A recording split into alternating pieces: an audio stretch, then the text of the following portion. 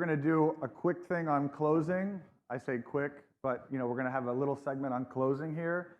And then we're going to open it up for Q&A. So if you all have been sitting there thinking about things that you wanted to answer, I know, or ask, I know we had one question. Somebody asked me earlier about if you have a limited time frame to try the case and the judge is giving you 30 hours to try it and each side gets 15 and you got to cut, how do you pick and choose?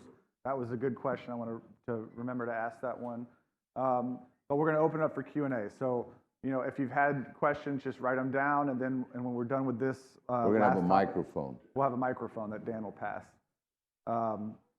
So last question, Brian. Or that's Keith. Let me see. For your closing arguments, what are you focused on? What's your big point of focus? What do you do to get ready? How do you structure your closing arguments? And why do you structure them that way? So, what's your focus? What do you do to get ready? And how do you structure them and why?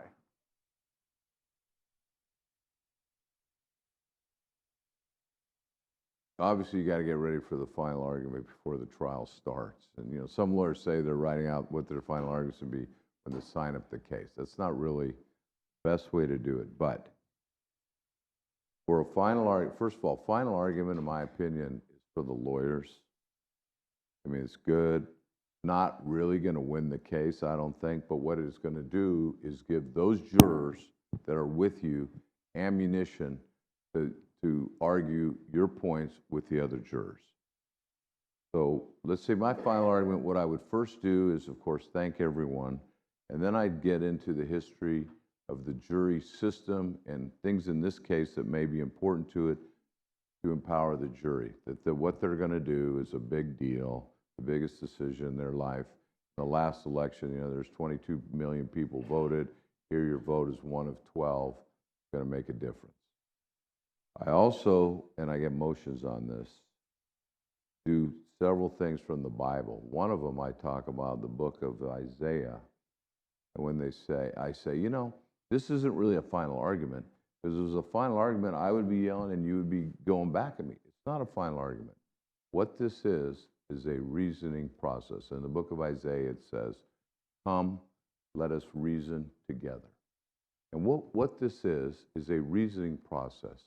And what I'm going to give to you is ways that you can reason with these other jurors as you come together. And I always say this, a verdict. And what is a verdict? In Latin, dict means to speak, ver means the truth. So when your verdict is read, you will be speaking the truth about, the case. So I start off, it may be, depending on how long it's going to be. By the way, back on opening statements, it's rare that I would ever do opening statement more than 50 minutes, depending on the case. Even on a complex, I had to do them for hours, but I think an hour is more than enough time to give your opening. Final argument, I like to keep it to less than an hour on the first part. I used to do so much PowerPoint, or Keynote, we call it, but I'm kind of getting away from that. I think you're too drawn to the screen. You're not looking at the jurors as much and communicating with them. So now, how do I structure it? So I talk about the importance of the jury system, all these little things I'm going to do, empowering the jury. Then always something on the burden of proof, just so there's no issue. I have a little slide I use, we'll give it to you. Got the scales of justice, and the lady's blindfolded, and it holds it up, and you do in California, it's not preponderance, it's more likely true than not true. Do the examples, and then I say, and to meet our burden, it only needs to be a feather. Then we put a little feather on the scales of justice. Just that's ever so slightly for us to prevail. And if you got punitive damage, you got clear and convincing. Once you get in the burden of proof, I kind of structure the outline, the argument on the verdict form. And I actually fill the verdict form out as we go.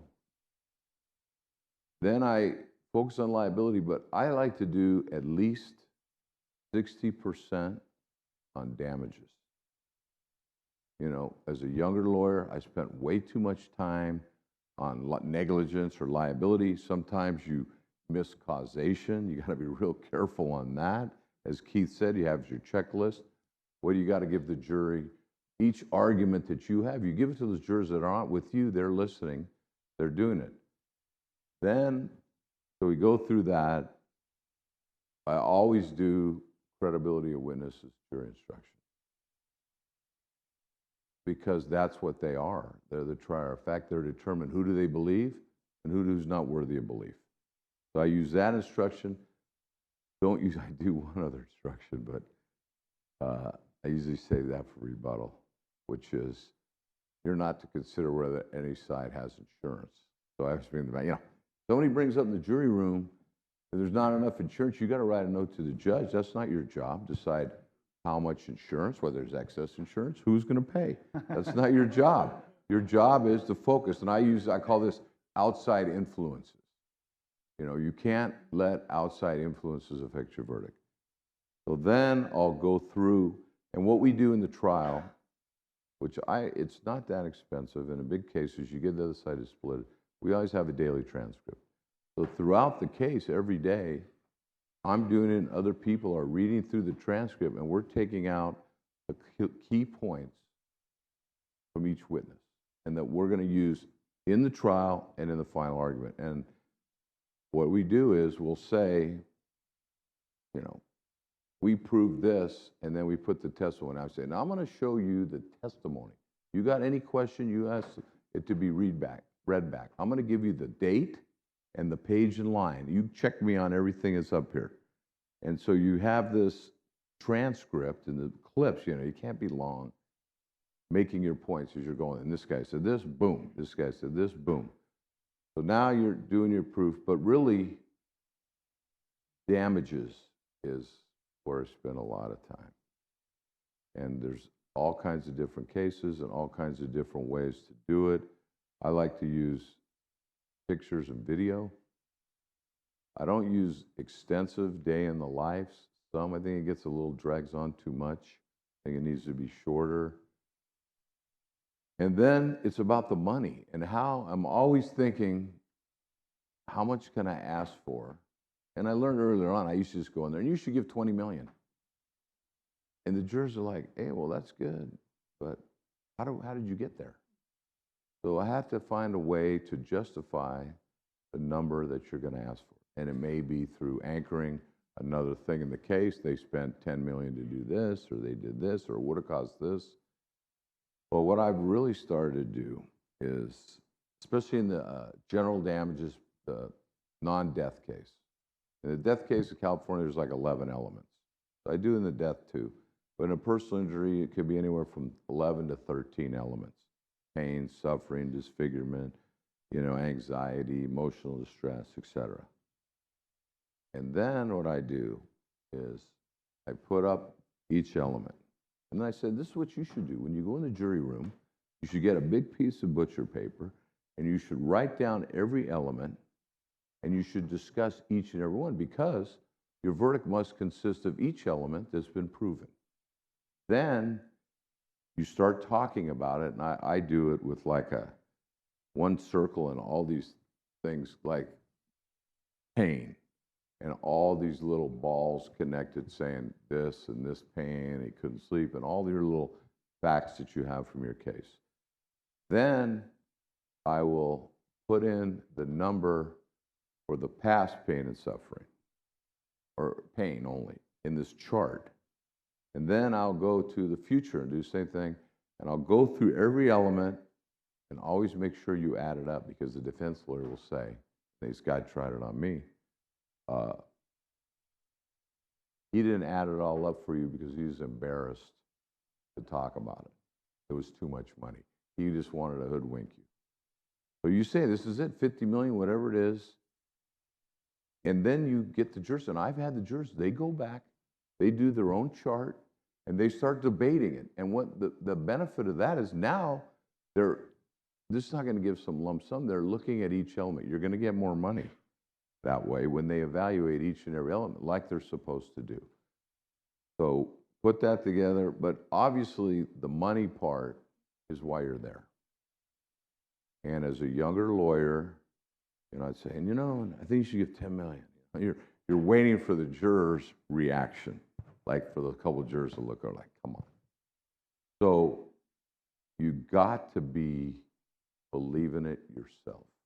Because if you ain't believing it and you're trying to convince these jurors, you're trying to bullshit, they're not going to give it to you. But if they really believe that you believe it, and you've, as we talked about, building up your credibility in the voir dire and opening statement and the plaintiff direct and the cross and all of that, they really don't know what a value of a case is.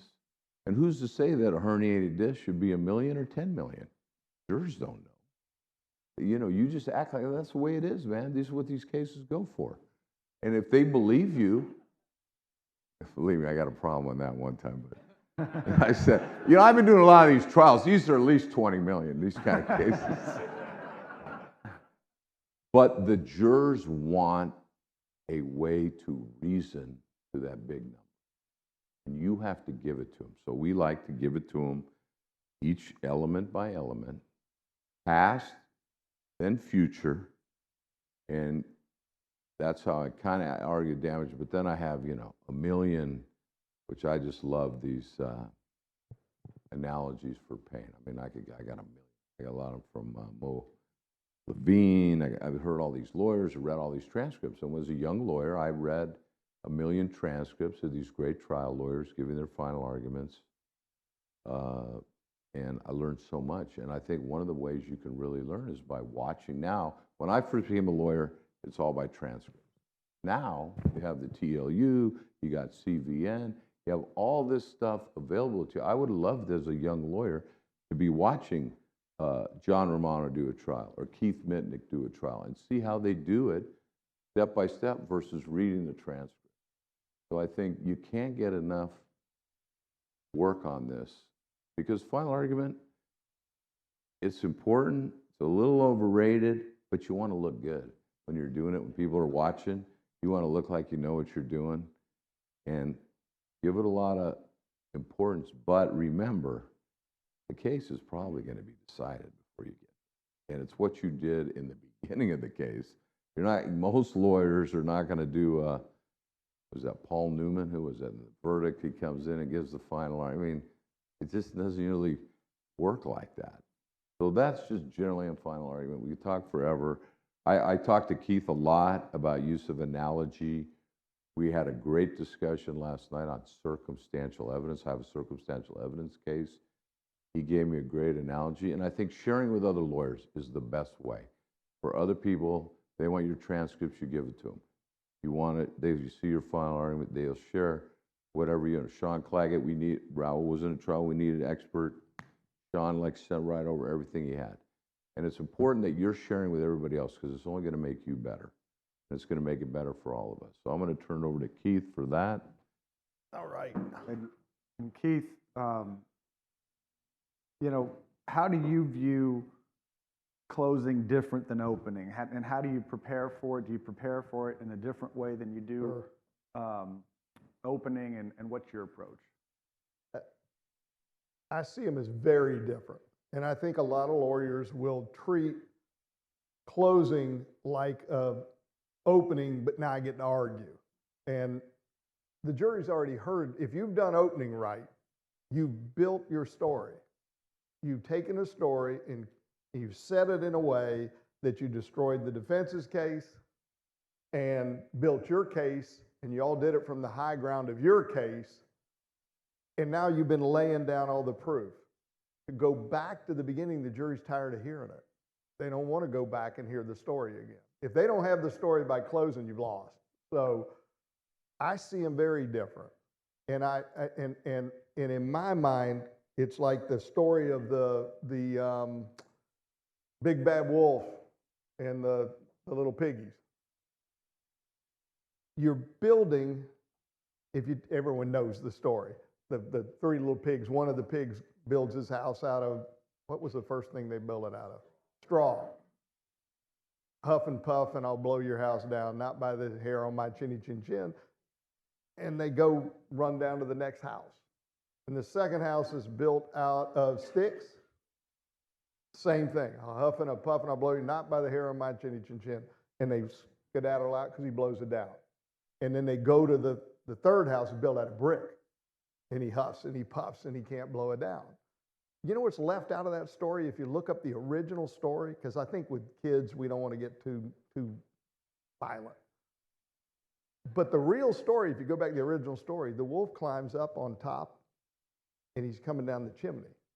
And the little pigs are all three of them now in the brick house, and they put a big pot and they get it boiling up and they open it up and the wolf falls in the damn pot and they cook them.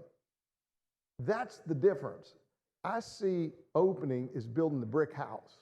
I see closing is cooking the wolf's ass. That's the difference to me. Closing to me is about two things: gaining emotional momentum by showing how wrong they are, and damages. And in the emotional momentum part is you're not changing minds, it's too late. But you're not wasting your time because there's something valuable to do. You want to give pre-recorded little messages to your good jurors that they can replay as if you got to walk into deliberations. And like I talked about earlier, you want to take the wind out of the sails of the bad ones and galvanize the good ones. So when that fight comes, you win the fight more times than not. That's, to me, closing plus damages. That's how I see them differently. And I do believe, like Brian said, very much a perfect place for analogies is on the first pass at closing, not the rebuttal, the first pass. Because I don't need to retell the story. I do what I call a walk down memory lane. The longer the trial is, I want to have a list and keep it the whole trial. You don't want to be trying to figure it out the night before closing. Keep a little journal, the real highlights, the difference-making answers. Keep them from per witness. Whoever's not up keeps track of them. So that when you're getting ready for close, you can pull up what are the very best things were said that we want to highlight on the front end. And then if you have, like Brian said, real time, bring the clips out. Exactly. So I want to walk down memory lane, and then and I agree with Brian, the longer I do it, we all are combative or we wouldn't do what we do. Liability is where the fight is. So you want to talk liability. You want to talk causation and negligence. And if you spend all your time, you're going to shortchange damages. And I always say, look, if you're uncomfortable talking about money, you're in the wrong business. Clients don't come to us to have a philosophical debate over who is right or wrong on the road. They're with us for one reason, to get a remedy. And the only remedy is money. We're in the business of getting remedies, which means getting money. There's nothing wrong with it. It's the calling. So you better spend most of your time on the front end on damages. And then you have your fun on the tail end. So I spend less and less and less time on the liability battles and more time on damages. And then I give myself the gift for all this hard work of tearing their ass up on liability in rebuttal. So that's kind of how I see it big picture. In analogies, just a couple quick examples of the power of analogy, because now I can argue. I don't have to mask it in opening and kind of hide that I'm giving an analogy. Little things, like Brian was talking about circumstantial evidence. You get a case of circumstantial evidence with a jury. What's the first thing that jurors think when they hear circumstantial evidence? They think, you got a crappy case. Why? Because they all watch the Law and Order shows. And what happens? The policemen come into the prosecutor and they say, let's arrest him. And he says, I'm not arresting him. That's purely circumstantial. Go get me some real evidence. So you say the word circumstantial evidence, everybody goes, ooh, he's got a sorry case. But sometimes that's what we got. So how do you flip it? You just teach the jury the opposite's true. And an analogy does it. I'll tell them in closing argument. You know, there's circumstantial evidence and there's direct evidence. Direct evidence is what somebody says happened, but they got an incentive to say that happened. Circumstantial evidence can be far more powerful sometimes, because circumstantial evidence is what all the circumstances add up to that tell you common sense, this is what really happened, not what they're saying. It's like, and here comes an analogy, it's like when I was a young lawyer. My daughter loved to drink Coke before bed. And she wasn't supposed to drink Coke before bed because the caffeine would keep her up. And she was, I don't know, about 8 years old. And I was at the dining room table working. and I hear my daughter rattling around in the refrigerator at bedtime. And I said, Jennifer, you're not getting into the Coke, are you? No, Daddy. And just about 30 seconds later, 45, I hear boom.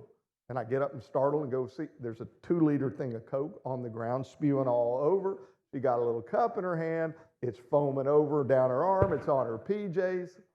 But I asked a stupid question, but it called for direct evidence. I said, Jennifer, you did get into the Coke, didn't you? No, Daddy. That was the direct evidence. But all this spewing all over, 2 liters on the ground and all in the PJs and the little glass, that was the circumstantial evidence. And Dr. Jones has got Coca-Cola all over him. Now, jurors love that. By the way, it's a true story. Jurors love that story. They get it. And now circumstantial evidence doesn't mean you got a bad case. It means you got a better case. And it's sticky. I'd like to use analogies because they're sticky. You can't get them off, which means when deliberations come, it's really easy to bring up. Someone says, well, who said that? Well, what about, that Coca-Cola story, Jennifer? I mean, come on. It sticks. If I got a case where I catch people on the other side in a bunch of lies and the truth's really on my side, because I grew up in Lake County, we had orange groves all over the place. So we have, if I'm trying a case in Central Florida, everybody knows about orange blossoms. And I will say where I want to emphasize and bring home, again, I'm not retelling this story. I'm energizing the story and I'm empowering the jurors. And I'll say, the truth in a courtroom, you weren't there. I wasn't there. But you don't have to be there to sense the truth. And in a court of law in the United States of America, you can sense the truth. It's like when I was a kid growing up in Eustis, Florida, there were orange trees all around. And if it was springtime, the orange blossoms would be out. And I'd be walking home after dark, and you could smell it. And it had this sweet smell, and it gave you a warm feeling inside. And it's dark. I can't see a single orange blossom, but I know they're there. Well, the truth in a courtroom is like those orange blossoms. It's got a sweet smell and a warm feel, and you can sense it even though you weren't there. But when someone's not telling the truth, you can sense that too, because it's got a chill and a stench. And when Dr. Jones was testifying and Dr. Thomas for the defense, was anybody smelling orange blossoms? And they'll laugh. As soon as they laugh, they got it. And the bad jurors are going to be told about it. It's like the orange blossoms, buddy. And it's a way to make it sticky and bring it. I had a case one time, the other side I caught in so many lies. I threw orange blossoms out and I did a shorter one. I said, the truth, like if you look in an aquarium and you see those little air bubbles get under a rock, they find a way to the top and go. And in a courtroom, that's the way it works. They find their way to the surface and they go. And there were so many bubbles busting in here when Mr. So-and-so was testifying. It was like a jacuzzi. They're just powerful things that are kind of fun.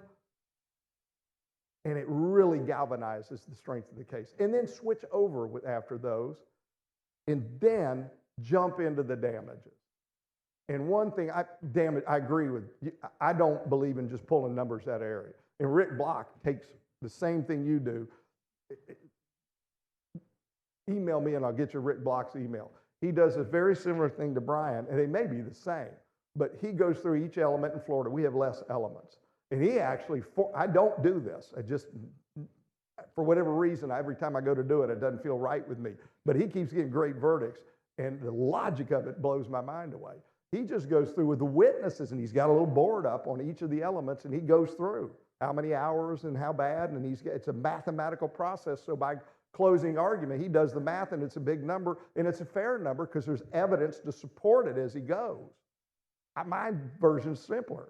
And not better, by the way. I actually listen to his and like his better. I just don't know why. You got to do what's comfortable with you. And for whatever reason, I haven't converted. I keep trying to because logically I like it.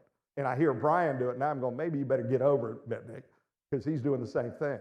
But I'll just keep it simpler and do, if I'll take $15 an hour and go through it and say, I don't do the math. We put them up on a slide for the jury in the mass in the background. But I lead up to it, and then I say, if you were to take merely $10 an hour, $15 an hour over the lifetime, because you live life one moment at a time. We don't get to skip time. When it's hard time, we'd love to skip time. You don't get to do that. And this is a verdict for all time, and it's a whole lot of time. And we get it right now, or we don't get it right at all.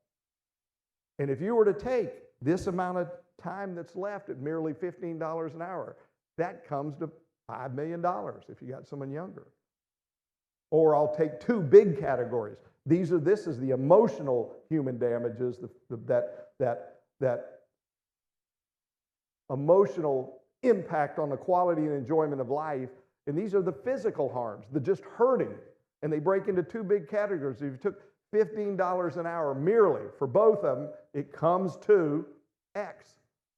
And then I always, as soon as I give that big number, stop, be quiet, look at every juror. If they sense you uncomfortable, you're done. Big numbers are right numbers. And you have to know they're right in your heart. Because if you believe them and you validate them, they're okay with them. Even if they don't agree, they're not offended, they're not going to punish you. By the way, if you're losing, it doesn't matter what number you give, you're losing. If you're winning, can you imagine? They've said, I believe this person's hurt. I believe we need to do right. And I like this lawyer and trust him. Do you think because the number's more than they were comfortable with, they're going to go, nah, 0, I'm going to punish them? Never. You know what they do? Well, it makes sense, and the way he said it, I see how he got there. I don't agree, but, well, at least you've started the conversation at a fair number, and you're liable to end up with something that is still reasonable, even if they do discount it. If you start lower because you're scared of it, they're going to discount it some more. Now you're going to be into unfair amounts. So I always say it. I don't budge. I look at everyone in the eye. I let it sit for just long enough where they're going, woo. Now, they knew it because we talked about it earlier, but now when you're really saying it and laying it out, you still get that little bit of sticker shock with them. And then I always follow up with, that's a lot of money. I may say it twice. I may say, that is a lot of money. But that's a lot of hurt for a lot of time. And it wasn't for everybody. There were people who said, no way, no how, I don't believe in it, even if the evidence is there. Now you know why I ask all those questions. But every one of you said you could trust the process. There were steps before you got here. There are going to be steps when you go. That you could sit here as a group of appraisers and assess what's right and trust the process and get your step right. This is why we ask about it. And there were people who'd have outside concerns would come into play, biases, prejudices, but none of you. A whole bunch were called, only a few were chosen. And now you know why we went through that process. And I ask you, if anybody among y'all say something like, that's more money than so-and-so makes in X amount of time, please respectfully catch yourself or your fellow juror and stop them. And I say respectfully because none of y'all are going to violate the law on purpose. But that can come up. And we're not here assessing what someone else made. We're assessing what was taken in the way of health from a human being, and what was taken was a treasured. So please stop that if that happens. Now I'm going to sit down and save a little time for rebuttal. So, and now you've done it. And there are different damage models. I like to use sometimes, I use what I call cross-validating. I like to validate it and then go a different model and revalidate it. And now if they come to the same amounts or close, it's a cross-validation, which means it's more reliable. So I may take a multiple of economics. And I say, look, we know what the past and future medical expenses, they come to $1 million. Now, that pales in comparison to what it is to live with them. Think about it, folks. These doctors came into my client's life like that, and they were back out. I'm not saying there's anything wrong. That's just the way it is. They just came in for a brief moment, got out. And you know what they didn't do? They didn't cure it. because it's incurable. All they did is try to make it a little